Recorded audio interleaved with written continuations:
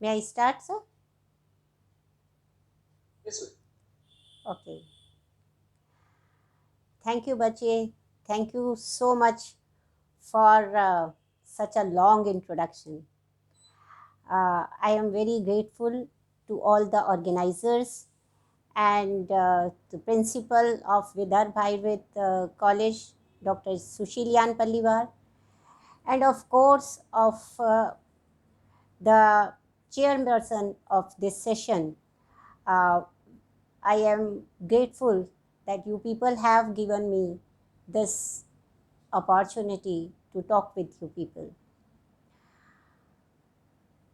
Uh, I will not take much time and will just start it. Actually जो topic मेरे को दिया है आज वो बहुत ही एक विस्तृत विषय है जिसको कि मैं कोशिश करूँगी कि उस विषय के साथ मैं न्याय कर पाऊँ। 1 घंटे में उसके साथ न्याय करने का पूरा प्रयास रहेगा। सच्चिदानंद रूपाय विश्व उत्पत्त्यादि हेतवे तपत्रय विनाशाय श्री कृष्णाय वयम नमः। इस मंगलाचरण के बाद मैं सबसे पहले, मुझे मालूम है कि इसमें कई लोग जो है इसे सुन रहे हैं, जिसमें हमारे स्टूडेंट्स भी हैं और हमारे साथी भी हैं। बहुत कॉमनली देखा जाता है कि इसको हम जो संहिता है इसको एक non clinical subject, so called non clinical subject की तरह देखा जाता है, लेकिन मैं समझती हूँ कि संहिता से अधिक आयुर्वेद के संबंध में क्लिनिकल और कुछ भी नहीं हो सकता है। और इसी बात को मैं कुछ उदाहरणों से इस लेक्चर में सिद्ध करने की यहाँ पर कोशिश करूँगी। मैंने मुख्य रूप से चरक संहिता को ही अपने लेक्चर का आधार बनाया है। उसका कारण है कि एक तो चरक संहिता पूर्वार्ध और उत्तरार्ध के रूप में हमारे जो स्टूडेंट्स हैं BMS के, उन्हें भी पढ़ाई जाती है और वो उससे काफ़ी कुछ वाकिफ़ होते हैं। दूसरी बात ये है कि सभी संहिताओं को ऐड करने से ये जो समय है, इस समय सीमा का ध्यान नहीं रखा जा सकेगा, तो इसलिए मैंने ऐसा सोचा कि मैं चरक संहिता पर ही बात करूं। मैं सबसे पहले आपको ये बताऊं कि जब हम एक संहिता की बात कर रहे हैं, चरक संहिता की बात कर रहे हैं, तो उसमें जो उसकी योजना की गई, जो संहिता की योजना की गई, वो अपने आप में ही क्लिनिकल है। कैसे है? क्योंकि जैसे सबसे पहले उसमें सूत्र स्थान है। अब सूत्र स्थान में बहुत सारे टॉपिक्स को हमने लिया, जैसे कि हमने फिजियोलॉजिकल यूनिट्स के बारे में बता दिया कि दोष क्या हैं, धातु क्या है, मल क्या है, उनके कार्य क्या हैं और उनके वृद्धि क्षय में क्या क्या लक्षण हमको मिल सकते हैं।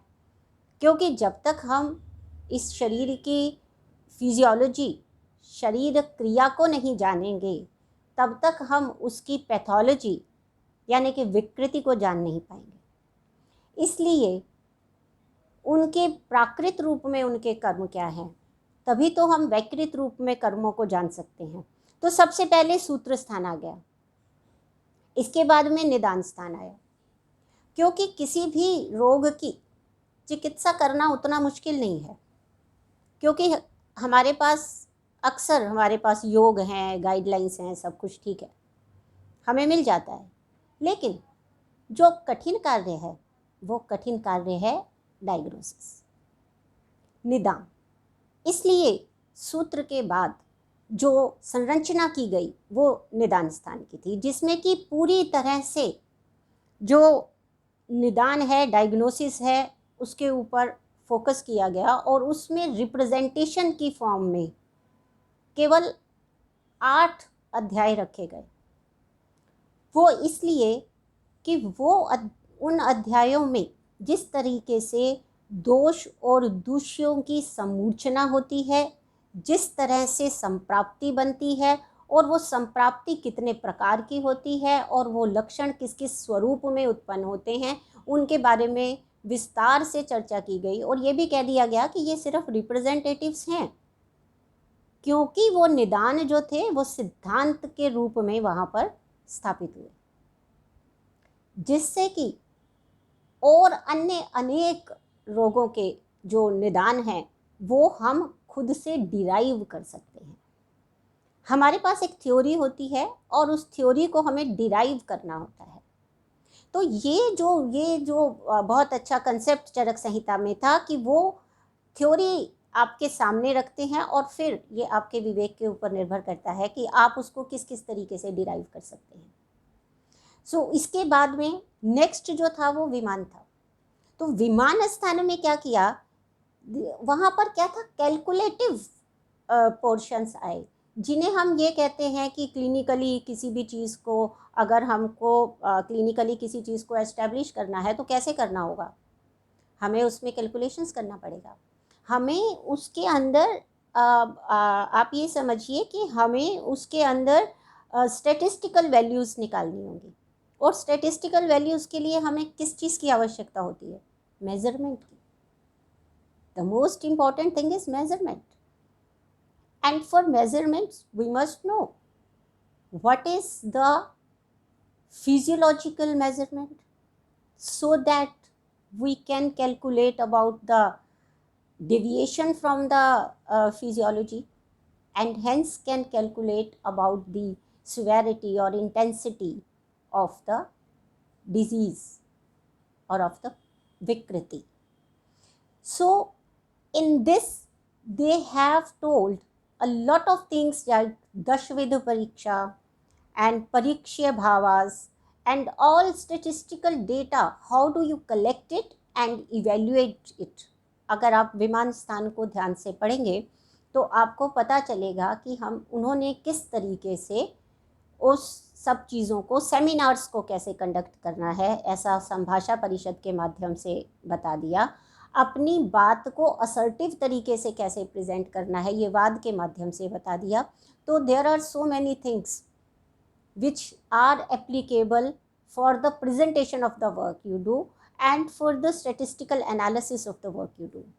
And then came Sharira.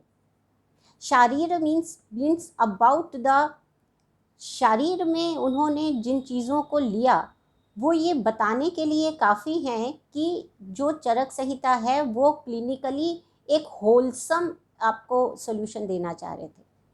Wholesome solution देने के लिए क्या ज़रूरी था कि हम रूट पे जाएं, हम इस दर्शन पे जाएं जहाँ से जीवन प्रारंभ हुआ, क्योंकि जहाँ से जीवन प्रारंभ हुआ वहीं से रोग भी प्रारंभ हुए। तो इसलिए जब उन्होंने अबाउट फिलोसफिकल बताया, स्पिरिचुअल बताया, एनाटॉमिकल बताया और better applicability of the medicine, क्योंकि जब हमें स्ट्रक्चर पता है, एक बॉडी का स्ट्रक्चर हमको पता है, हमें ये भी पता है कि हमारी बॉडी में किस किस तरीके से रोग उत्पन्न हो सकते हैं, उसमें हमारी जो फिलोसफिकल नॉलेज अगर कम है तो भी हम रोग से ग्रसित हो सकते हैं। आध्यात्मिक अगर हमारी जो नॉलेज कम है तो भी वो रोग हो सकते हैं। और इसीलिए एक कॉम्प्रिहेंसिव सॉल्यूशन के लिए, कि जिससे कि हम क्लिनिकली बेटर रिजल्ट्स दे सकें, उसके लिए बहुत ज़रूरी था कि हम चीज़ों को थोड़ा सूक्ष्म दृष्टि से भी देखें, क्योंकि after all we are human beings and many of the things are not in our hands, but we have to understand that. And how we understand that? We understand that with so many things which we cannot derive anything from where we are just zero, just blank about many things. And then to justify that blankness, we have to be positive. Okay? अगर हम इस बात के लिए परेशान हो कि हमारे से ये सोल्यूशन क्यों नहीं निकला, हमें ये नहीं करना आता, हमें वो नहीं करना आता, तो निश्चित रूप से मैं आपको बता रही हूँ कि निश्चित रूप से हम किसी सोल्यूशन पे नहीं पहुँचेंगे। इसलिए चरक संहिता का शारीर स्थान उस क्लिनिकल प्रैक्टिस के लिए ज़रूरी है जहाँ पर ट्रस्ट भी है, जहाँ पर बेसिक नॉलेज भी है, और जहाँ पर एक ह्यूमन लाइफ का फिलोसफिकल, स्पिरिचुअल और स्ट्रक्चरल सभी तरीके से जो विकास हुआ है, जो विकास हो सकता है, जहाँ तक हो सकता है, उसकी सीमाओं को भी बताने का काम शारीर स्थान ने किया। इसके बाद इंद्रिय स्थान।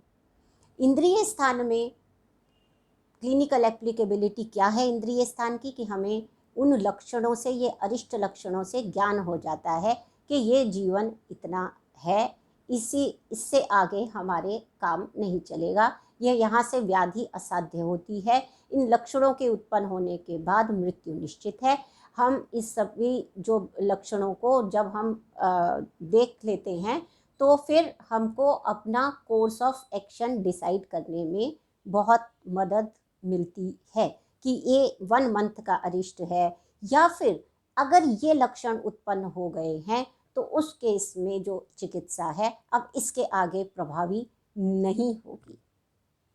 इसलिए उसके ऊपर हम, ऐसा नहीं है कि एफर्ट्स करना छोड़ देते हैं। इंद्रिय स्थान का अर्थ ऐसा नहीं है कि हम एफर्ट्स करना छोड़ देंगे, क्योंकि कुछ लोग जो क्रिटिसिज्म वाले लोग हैं वो अक्सर कहते हैं कि अच्छा आपने तो कह दिया कि ये मर रहा है, इसकी उपेक्षा कर दो, है ना, मर रहा है इसकी उपेक्षा कर दो। तो क्या आयुर्वेद उपेक्षा किसकी कर दो, ये सोचने की बात है। उपेक्षा कर दो, इसके ऊपर बड़ा क्रिटिसिज्म होता है कि जहाँ पर हम ये कहते हैं कि जब तक सांस तब तक आस, एक तरफ हमारे यहाँ पे ये है कि जब तक सांस तब तक आस, और एक तरफ हम कह रहे हैं कि जैसे ही उसमें अरिष्ट लक्षण हमें दिख गए उपेक्षा कर दो, है ना। तो ये कॉन्ट्राडिक्टरी बातें लगती हैं, मगर ऐसा है। उपेक्षा किसकी कर दो, उपेक्षा कर दीजिए के फल की अपेक्षा। जो फल हमें लगता है कि ये हमें प्राप्त होना ही चाहिए, जब हम किसी की चिकित्सा करते हैं तो निश्चित रूप से कोई भी वैद्य अगर चिकित्सा करता है तो वो किस लिए करता है, सिद्धि के लिए करता है, रोगी को उसके रोग से मुक्त करने के लिए करता है। तो इस अपेक्षा की उपेक्षा करनी है, इस अपेक्षा की उपेक्षा करनी है, रोगी की उपेक्षा करने के लिए नहीं कहा गया। क्योंकि अब आप अपेक्षा मत रखिए कि इसमें रिजल्ट मिलेगा, सिद्धि प्राप्त होगी, इसलिए आप उसके जो अटेंडेंट्स हैं, जो परिचारक हैं, उनको एक सूचना दे सकते हैं कि स्थितियां बहुत गंभीर हैं और इसमें हमें सिद्धि नहीं भी प्राप्त हो सकती है, ऐसा हमें जो उसके अटेंडेंट्स हैं उनको बताना। और इसलिए ये बहुत ज़रूरी है कि हम इस चीज़ को समझें, क्योंकि आगे चल के मेडिकल लीगल कुछ कॉम्प्लिकेशंस इन वजहों से भी उपस्थित हो जाती हैं। या फिर कुछ लोगों के मन में ये होता है कि आयुर्वेद सब कुछ ठीक कर सकता है, सब कुछ, टोटलिज्म। ऐसा नहीं, ये भ्रांति है।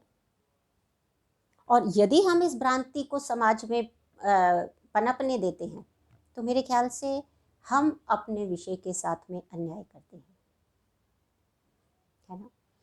क्योंकि सब कुछ साध्य नहीं होता है, और असाध्य की परिभाषा क्या है, असाध्य वो है जहाँ तक जिसको सिद्ध करने के लिए मेरे पास साधनों की कमी है, वही असाध्य है। एक छोटी से छोटी बीमारी भी एक उस गरीब आदमी के लिए असाध्य हो जाती है जिसके पास औषधि लेने के लिए पैसे नहीं हैं। इसलिए असाध्यता जो है वो एक अलग चीज़ है, लेकिन क्योंकि मैं अपने साधनों का विकास करके असाध्य को साध्य की श्रेणी में लाने में सफल हो सकती हूँ। परंतु जब अरिष्ट लक्षण उत्पन्न हो जाते हैं तब मैं सफल नहीं हो सकती।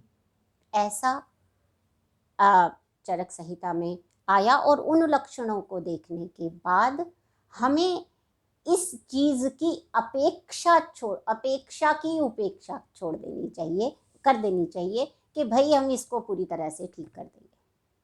तो ये सब चीजें जो हैं, क्लिनिकल एप्लीकेबिलिटी का मतलब क्या है? क्लिनिकल एप्लीकेबिलिटी का मतलब ये होता है कि क्लिनिकली आपके सामने जितने भी चैलेंजेस आएंगे आप उनको अच्छे से फेस कर सकें। और हर एक रोगी ठीक नहीं होगा और आपको उत्तर देना पड़ेगा, है ना। स्वयं को भी उत्तर देना पड़ेगा, रोगी को भी उत्तर देना पड़ेगा, रोगी के साथ में जो है उनको भी उत्तर देना पड़ेगा। एनीवेज, इसके बाद चिकित्सा के बारे में बताया है। और फिर कल्पना, फार्मास्यूटिकल कितनी प्रिपरेशंस हैं। चिकित्सा के बारे में जब बताया तो उसमें बहुत ही विशेष बात थी कि फिर चिकित्सा के बारे में भी सबसे पहले बताया कि सबसे महत्वपूर्ण बात चिकित्सा में क्या है? इम्यूनोमॉड्यूलेटर्स। इम्यूनोमॉड्यूलेटर्स यानी सबसे पहले इम्यूनिटी। क्यों? क्योंकि कोई भी चिकित्सा तभी सफल होगी जब शरीर या देह स्वयं कार्य करेगा। यदि उसमें शरीर या देह की भूमिका नहीं है तो मृत व्यक्ति में भी हम जो है किसी भी व्रण को ठीक कर सकते हैं, है ना। लेकिन ऐसा नहीं होता। ऐसा क्यों नहीं होता? क्योंकि शरीर के अंदर जो उसकी अपनी इम्यूनिटी है वो नहीं है ना। आप समझ रहे हैं? तो इसलिए उन्होंने सबसे पहला बिंदु जो दिया कि कोई भी व्याधि, कोई भी चिकित्सा हमें तो जब करनी है तो उसमें एक अंश, हमें एक बात जो सबसे पहली बात हमें उसमें देखनी है या ऐड करनी है, वो है उसकी इम्यूनिटी को, उसकी अपनी शक्ति को, व्याधि से लड़ने की उसकी अपनी क्षमता की वृद्धि करना।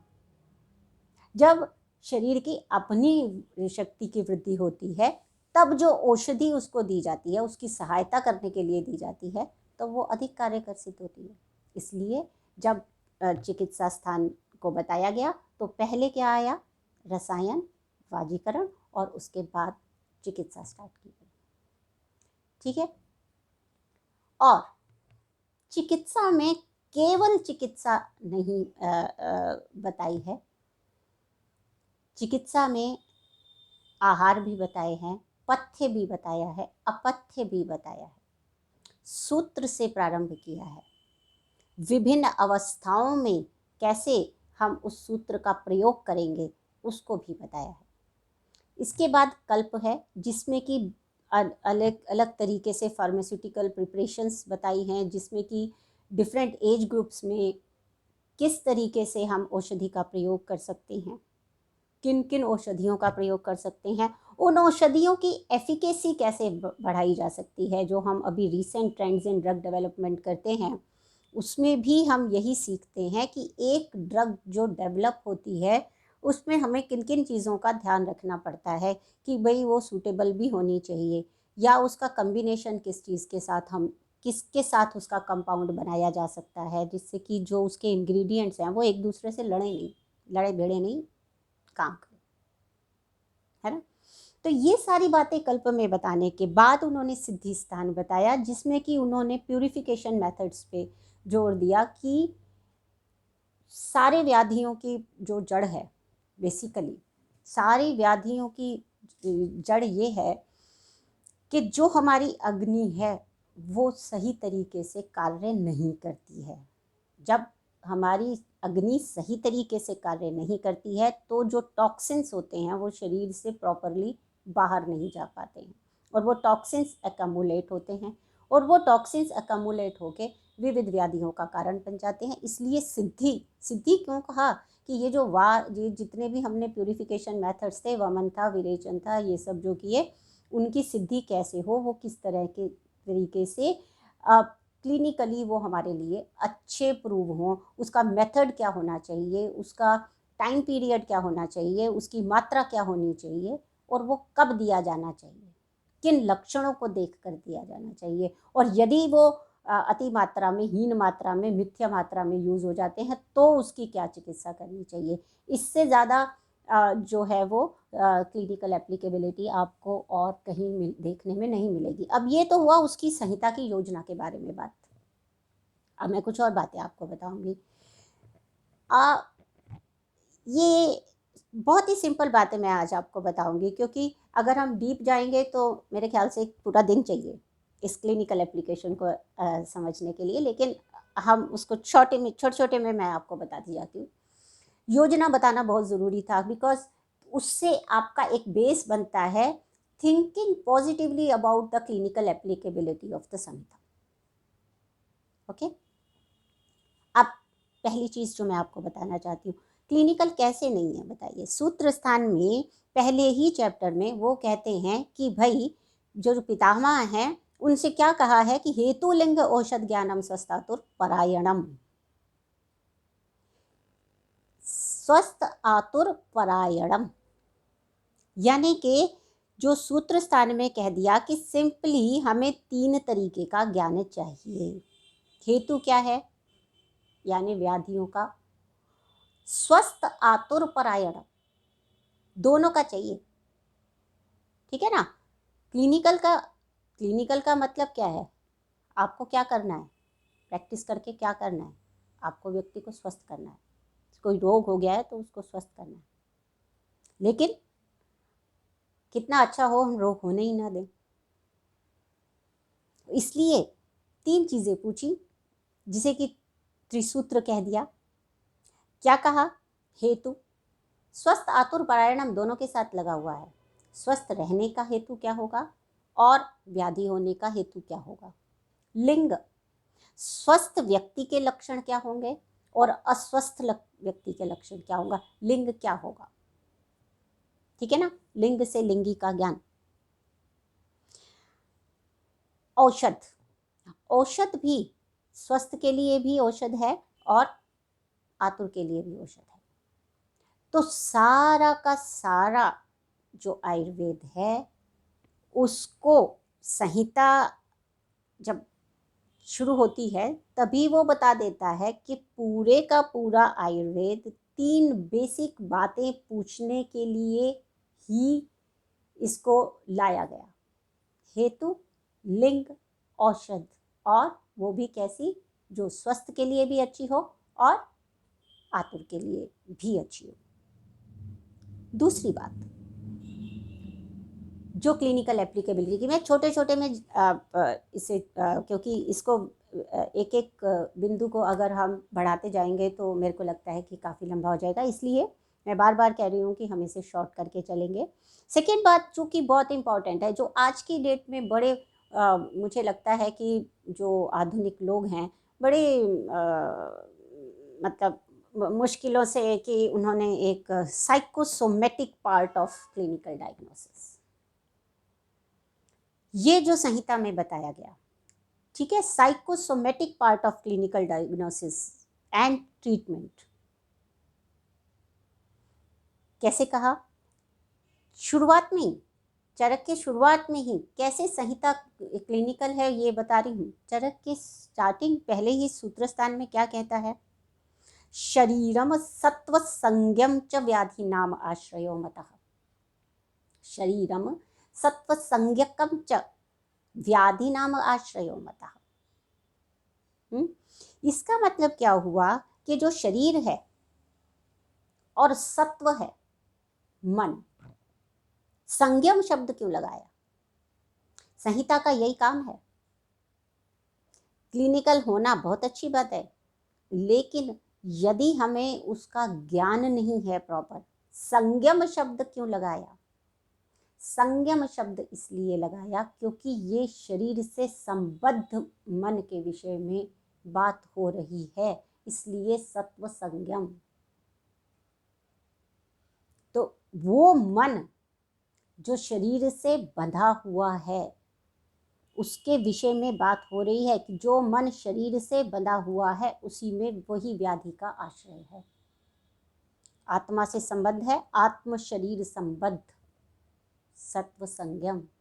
जिसमें आत्मा शामिल है, जीवित है। आत्मा नहीं होगी तो मन के रोग हो ही नहीं सकते, है ना। तो शरीर सत्व संयम, तो शरीर और सत्व ये दो जो आश्रय हैं वो व्याधि के हैं। इससे ये बताया कि जो व्याधि है वो शारीरिक और मानसिक दोनों हो सकती है। शारीर स्थान में कहते हैं कि सत्व जो है वो शरीर का जो है अनुकरण करेगा और शरीर सत्व का अनुकरण करेगा। जिस समय शरीर व्याधित होता है, शरीर और मन ये एक दूसरे के ऊपर आश्रित होते हैं। जब शारीरिक व्याधि लंबे समय तक चलती है या अधिक कष्टकर होती है तो वो आगे चलकर मन को व्याप्त कर लेती है। जब मानसिक व्याधि बहुत अधिक बढ़ जाती है तो वो हमारे जो आहार है उसके ऊपर प्रभाव डालती है। यहाँ तक कि हमारा आहार जो है वो पाचन को प्राप्त ही ठीक ढंग से नहीं होता। अगर हम क्रोध में, शोक में, भय में, इन सब मानसिक विकारों के साथ में भोजन कर रहे हैं तो वो भोजन हमारे लिए कोई यूज़फुल ही नहीं होता, क्योंकि उसकी पाचन ही ठीक से नहीं होता। पाचन ठीक से नहीं होता तो एब्जॉर्प्शन भी ठीक से नहीं होता और वो न्यूट्रिशन चला जाता। और न्यूट्रिशन के जाने से क्या होगा? क्षय होगा। क्षय होगा तो व्याधि होगी, है ना। शारीरिक में भी ऐसा ही होता है। शारीरिक कोई व्याधि हो गई और शारीरिक व्याधि जो है वो लंबी चल रही है, उससे हमारे को काम करने में बाधा आ रही है, हम अपने सामान्य जीवन के काम नहीं कर पा रहे हैं, तो उससे क्या होगा कि हमारी मानसिक चिंता में वृद्धि होगी, क्योंकि श्री का ह्रास होता है रोग में, लक्ष्मी का ह्रास होता है रोग में, फोकस का ह्रास होता है क्योंकि कार्य नहीं हो पा रहा है। तो क्या होगा? मन अफेक्ट हो जाएगा। बहुत सिंपल बात है ना। तो इसलिए साइकोसोमेटिक जो एंगल था उसको एक्सप्लेन किया संहिता ने पहले ही, ठीक है ना। इसके बाद देखिए, मैं आपको बहुत ऐसे छू के चले जाएंगे हम चीज़ों को। देखिए, जो सबसे महत्वपूर्ण बात क्या होती है, आज हम देखते हैं कि भाई ये इसको कोई ना कोई व्याधि हो गई है तो अब हम क्या करेंगे, हमें इसमें देनी है से एमॉक्सिसिलिन देनी है। अब बच्चा है, छोटी अमाउंट में दे दो, बड़ा है ज़्यादा अमाउंट में दे दो। क्या करो? एंटीबायोटिक वही है, सिरप में दे दो, ठीक है, डिस्पर्सिबल में दे दो, देनी वही है। अब वो ना सूट हो तो, किसी व्यक्ति को उससे एलर्जी हो तो कोई ऑप्शन नहीं है। उससे होने वाले बहुत सारे साइड इफ़ेक्ट हों, किसी व्यक्ति विशेष में आ रहे हों, कुछ नहीं हो सकता, करना पड़ेगा। और एक जो सबसे यूनिक बात, जो सबसे अलग बात जो चरक संहिता में आई, अगेन सूत्र स्थान में उन्होंने बोला कि योगम आसाम तु यो विद्यात देश काल उपपादितम, योगम आसाम तु यो विद्यात देश काल उपपादितम पुरुषम पुरुषम वीक्ष्य सज्ञेयो भिषगोत्तम। ये जो वर्ड है, ये जो फ्रेज है पुरुषम पुरुषम वीक्ष्य, ये एक स्पेशलिटी है। क्लिनिकली इस चीज का बहुत अधिक महत्व है कि एक प्रकृति वाले व्यक्ति जो है, वात प्रकृति वाले व्यक्ति में यदि ज्वर हुआ है तो उसके लिए औषधि अलग होगी, और पित्त प्रकृति वाले व्यक्ति में वही रोग ज्वर हुआ है तो औषधि अलग होगी, और कफ प्रकृति वाले में हो गया तो औषधि अलग होगी, क्योंकि उसका जो रोग है उसका प्रभाव भी प्रकृति के अनुसार बदलता चला जाएगा, वय के अनुसार बदलता चला जाएगा। वो आनूप देश में है कि साधारण देश में है कि किस देश में है, उससे भी बदलता चला जाएगा। उस काल में भी बदलता चला जाएगा कि यदि वो काल कफ प्रकोप का काल है तो औषधि अलग तरीके से देनी पड़ेगी और अलग औषधि का प्रयोग करना पड़ेगा। तो ये जो पुरुषम पुरुषम वीक्ष्य का सिद्धांत है, ये क्लिनिकल सक्सेस की एक की हो सकता है, क्योंकि सबको एक ही औषधि का योग दे देना, यह आजकल पॉपुलर है, पर वो आयुर्वेद की मूल आत्मा से मैच नहीं होता है। ये मैं आपको बताना चाहती हूँ। विशेष रूप से जो मेरे स्टूडेंट्स यहाँ पर अगर सुन रहे हैं तो उनको विशेष रूप से इस बात का ध्यान रखना चाहिए कि आप आयुर्वेद की प्रैक्टिस कर रहे हैं, आप स्पेशल हैं। आप एलोपैथिक की प्रैक्टिस नहीं कर रहे हैं, आप आयुर्वेद की प्रैक्टिस कर रहे हैं।